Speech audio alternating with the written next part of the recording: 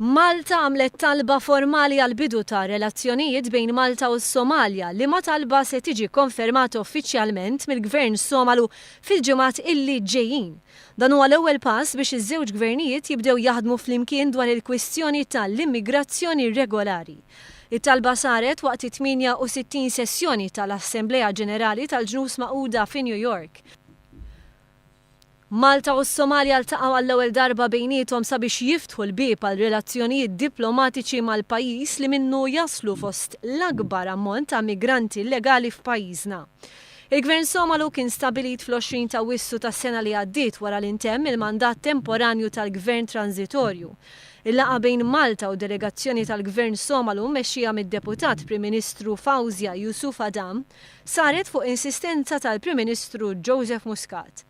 Nhar il-ġimgħa l-Prim Ministru żar il-missjoni Maltija permanenti fih dan il-Ġnus Magħquda, wara żar il-mużew u s-sit li jfakkar it-traċedja tal-11 ta' Settembru 2001 u flimkien ma' Martu Michel żar il-komunità Maltija fi New York. Is-sibt il-Prim Ministru attenda laqgħa bilaterali mas-Segretarju Ġenerali tal-Commonwealth waqt il-laqgħa ħareġ li s-sem tal-Istati żgħar huwa importanti għat tkabbir ekonomiku ta' reġjuni differenti. Bekk il-Commonwealth li tirrappreżenta terz tal-pajjiżi dinjija qed taħdem fuq proġett tal-istituzzjoni finanzjarja li tassisti l-pajjiżi żgħar tagħha fl-opportunitajiet tan-negozju, l-aktar fl-esportazzjoni. Il-Prim Ministru Malti qal li l-Gvern se jkun qed jesplora l-possibilità tal-involviment tiegħu. Joseph Muscat semma l-ħtieġa li pajjiżi tal-Commonwealth jindirizzaw aħjar il-bżonnijiet taż-żgħażagħ tagħhom. Is-Segretarju Ġenerali tal-Commonwealth qal li l-Commonwealth se tkun qed tniedi strateġija ġdida li taħseb għal aktar appoġġ lejn iż-żgħażagħ.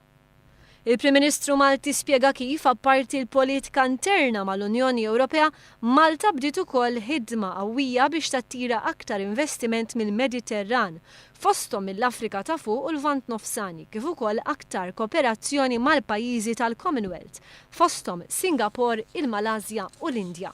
Intant, il-proċess ta' paċi fil-Lvant Nofsani kien suġġett li l-Prim Ministru Joseph Muscat iddiskuta flimkien mal-President tal-Awtorità Palestinjana Mahmoud Abbas fi New York. Dr. Muscat qal li Malta tappoġġja l-kawża tal-poplu Palestinjan b'konvinzjoni, filwaqt li semma kif fil-ġimgħat li ġejjin se jkollu taħdidiet uffiċjali kemm f'Iżrael kif ukoll fl-Istat Palestinjan.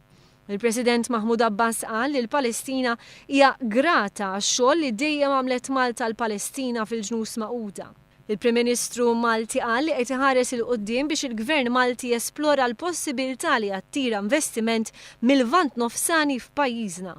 Iż-żjara tal-Prim Ministru u d-delegazzjoni Maltija se tissok tal-Kanada fejn se jiltaqa' ma' diversi dinjitarji u rappreżentanti tal-komunità Maltija.